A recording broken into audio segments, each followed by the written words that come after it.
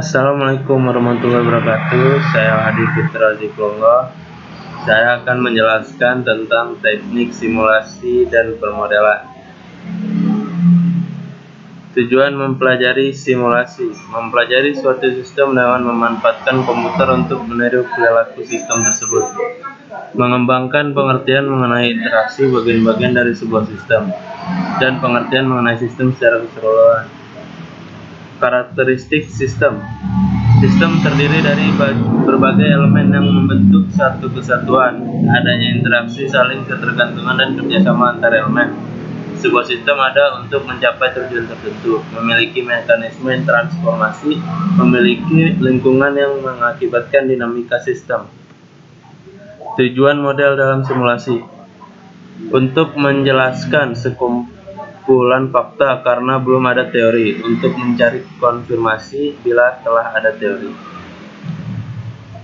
Langkah-langkah dalam simulasi secara garis besar. Merumuskan masalah. Adanya suatu permasalahan ditandai dengan munculnya gejala. Untuk mengetahui permasalahan yang sebenarnya, maka perlu mengumpulkan informasi secara aktual sesuai dengan kejadian lapangan dan semua gejala yang ditimbulkannya. Pencarian informasi tersebut bisa dilakukan dengan mencari jawaban dari pertanyaan apa, bagaimana, mengapa, di mana, kapan, dan siapa. Menentukan tujuan penelitian. Setelah pokok permasalahan ditemukan, tentukan tujuan penelitian untuk membatasi pengembangan ataupun penyelesaian masalah. Untuk membuat suatu model, tidak semua kondisi dapat dipastikan kejadiannya. Untuk kondisi yang sangat sulit diprediksikan dengan pasti, diberikan asumsi dengan tujuan yang telah ditetapkan. Akan didapat batasan yang pasti pada saat pengembangan penyelesaian masalah sesuai kebutuhan metode dan teori yang dijadikan landasan pengembangannya. Mengembangkan penyelesaian masalah. Tahap ini merupakan awal penyelesaian masalah. Jika tahap ini tidak sesuai dengan kebutuhan, maka seluruh penelitian tidak dapat digunakan seperti yang diharapkan. Dalam tahap ini, pendekatan teoritis dilakukan dengan menggunakan metode tertentu sebagai alternatif cara menyelesaikan masalah. Ketika ada pendukung pengamatan di lapangan dan tujuan telah ditentukan, tindakan berikutnya adalah menganalisis data tersebut. Dari proses analisis akan didapatkan suatu ketentuan yang berupa asumsi kendala, sebab akibat dari suatu variabel dengan variabel yang lain, serta faktor lain yang berhubungan dengan pembuatan model. Verifikasi. Menentukan program komputer simulasi bekerja sebagai mestinya, yaitu sama dengan mendebug program komputer. Verifikasi memeriksa penerjemahan model simulasi konseptual menjadi program yang berjalan dengan benar. Proses pengujian terhadap model tersebut perlu dilakukan jika pengujian model yang diharapkan dengan pengembangan aplikasi dapat dipastikan tidak timpang, maka proses penyesuaian metode yang dilakukan dengan model akan mampu memberikan alternatif tanpa harus mengubah model. Validasi. Berkenaan dengan menentukan apakah model konseptual simulasi, bukan program komputer, merupakan representasi yang akurat dari sistem yang dipelajari. Jika model simulasi dan hasilnya diterima oleh manajer atau klien sebagai valid dan digunakan sebagai alat bantu dalam pengembangan keputusan, berarti model tersebut kredibel. Proses ini sebagai kendali agar asumsi, batasan, dan variabel yang diperlukan saat proses benar-benar langsung dikaitkan dalam suatu proses di dalam aplikasi yang dibangunnya. Pengajian aplikasi ini diharapkan mampu memberi alternatif pengembalian keputusan dengan memberikan berbagai strategi pilihan dengan yang mudah dimengerti oleh mereka yang bertanggung jawab. Validasi. Dianalisis secara statistik. Data dapat dilakukan dengan membandingkan model output dengan sistem yang sebenarnya. Pengujian subjektif. Sistem pengalaman pengujian subjektif menggunakan statistik membandingkan data sebenarnya dengan hasil simulasi. Implementasi dan hasil jawaban masalah. Pengajian dari aplikasi yang disesuaikan dengan model diharapkan mampu menerjemahkan permasalahan dan fungsi aplikasi yang dibangun dengan seluruh orang yang berinteraksi dengan aplikasi tersebut. Proses ini juga mampu menggambarkan prosedur operasional yang mudah dimengerti dan mudah dilaksanakan oleh orang yang bertanggung jawab terhadap penyelesaian masalah tersebut. Saya akan memberikan deskripsi tentang gambar yang diberikan pada soal nomor 3. Jenis model yang digunakan dalam simulasi. Fisikal atau ikonik. Model-model ikonik adalah suatu penyajian fisik yang tampak seperti aslinya dari suatu sistem nyata dengan skala yang berbeda. Contohnya mainan anak. Graphical model ini lebih abstrak dibanding model ikonik karena tak kelihatan sama antara model dengan sistem nyata. Contohnya, peta dengan bermacam-macam warna, misalnya biru menunjukkan warna air.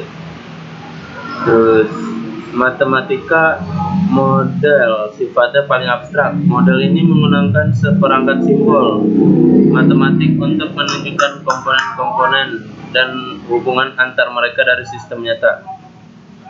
Simulasi menggunakan komputer. Simulasi komputer adalah proses pemodelan matematika yang dilakukan pada komputer yang dirancang untuk memprediksi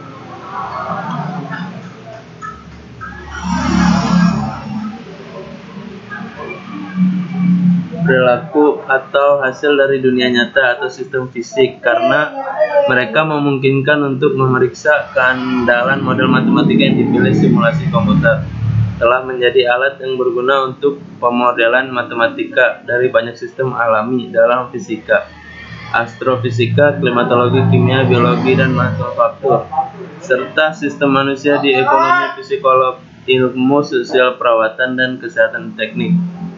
Simulasi suatu sistem direpresentasikan sebagai jalannya model sistem. C. Verifikasi dan validasi dalam proses simulasi. Verifikasi adalah proses pemeriksaan kesesuaian antara logika operasional model atau program komputer dengan logika diagram alur. Verifikasi model juga meliputi pemeriksaan model untuk meyakinkan bahwa semua ekspresi matematis dalam model memiliki dimensi yang konsisten. Tujuan verifikasi menjamin kebenaran suatu model secara matematis dan konsisten secara logika. Beberapa teknik verifikasi yang dapat digunakan antara lain periksalah kode variabel, parameter, dan hubungan dalam model. Yang kedua, periksa untuk keluaran yang masuk akal. Yang ketiga, perhatikan proses atau kegiatan transformasi yang terjadi. Yang keempat, lakukan trace atau penelusuran untuk melacak dan keseluruhan aktivitas yang terjadi. Validasi dalam proses merepresentasikan keberartian dan keakuratan model sebagai konseptualisasi atau abstraksi dari sistem nyata. Tujuan validasi menjamin kemampuan suatu model untuk merepresentasikan sistem nyata. Umumnya validasi dimulai dengan uji sederhana seperti tanda aljabar, tingkat kepangkatan dari besaran, format respon, linear, dan sebagainya. Arah perubahan berubah apabila input atau parameter diganti-ganti dan nilai batas berubah sesuai dengan nilai batas parameter sistem. Deskripsikan bagian berikut berkaitan dengan model matematika. Menyatakan permasalahan nyata ke dalam pengertian matematika. Pada langkah ini, permasalahan yang terjadi di dunia nyata dimodelkan dengan dalam masalah matematis. Langkah ini meliputi identifikasi variabel-variabel dalam 11 masalah dan membentuk beberapa hubungan antara variabel yang dihasilkan dari permasalahan tersebut. Membuat asumsi dalam permodelan matematika mencerminkan bagaimana proses berpikir sehingga model dapat berjalan. Formulasi persamaan dan pertidaksamaan dengan pemahaman hubungan antar variabel dan asumsi. Langkah selanjutnya yaitu memformulasikan persamaan atau sistem persamaan. Formulasi model merupakan langkah yang paling penting sehingga terkadang diperlukan adanya pengujian kembali asumsi-asumsi agar dalam proses pembentukan formulasi dapat sesuai dan realistik. Jika pada proses pengujian kembali ditemukan ketidaksesuaian model, maka perlu dilakukan pengkajian ulang asumsi dan membentuk asumsi yang baru. Menyelidiki sifat dari solusi. Setelah membentuk formulasi model, langkah selanjutnya adalah menyelidiki sifat dari solusi, yaitu menyelidiki apakah solusi sistem stabil atau tidak stabil. Interpretasi. Hasil merupakan suatu langkah yang menghubungkan formula matematika dengan kembali ke permasalahan dunia nyata. Interpretasi ini dapat diwujudkan dalam bentuk grafik yang digambarkan berdasarkan solusi yang diperoleh dan selanjutnya direpresentasikan sebagai solusi dalam dunia nyata. Saya akan memberikan pendapat tentang gambar nomor 5 yang ada di soal. A. Analisis error dalam simulasi dan pemodelan. Tujuan analisis error untuk menentukan akurasi yang diperlukan untuk mengestimasi data input. Semakin sensitif solusi terhadap error input, maka estimasi terhadap parameter input harus semakin akurat. Untuk mengendalikan perubahan pada parameter input sesuai dengan kebijakan yang ada. Keuntungan dan kerugian menggunakan model dalam simulasi. Keuntungannya adalah keuntungan dalam menggunakan model dalam simulasi, yaitu simulasi merupakan salah satu metode yang mampu memberikan perkiraan sistem yang lebih nyata sesuai kondisi operasional dari kumpulan pekerjaan. Sebagai alternatif desain yang diusulkan atau alternatif terhadap kebijakan dari operasional yang mampu memberikan pelayanan terbaik terhadap pokok kebutuhan yang diperlukan, memudahkan pengontrolan lebih banyak kondisi dari suatu percobaan sehingga dimungkinkan untuk diterapkan secara nyata pada sistem itu. Menyediakan sarana untuk mempelajari sistem dalam waktu yang lebih singkat sehingga menghemat biaya. Dapat dihentikan dan dijalankan kembali tanpa menimbulkan permasalahan pada sistem. Kerugiannya adalah simulasi umumnya tidak dapat digunakan untuk mengoptimalkan. Simulasi hanya dapat menentukan alternatif desain suatu sistem yang lebih baik.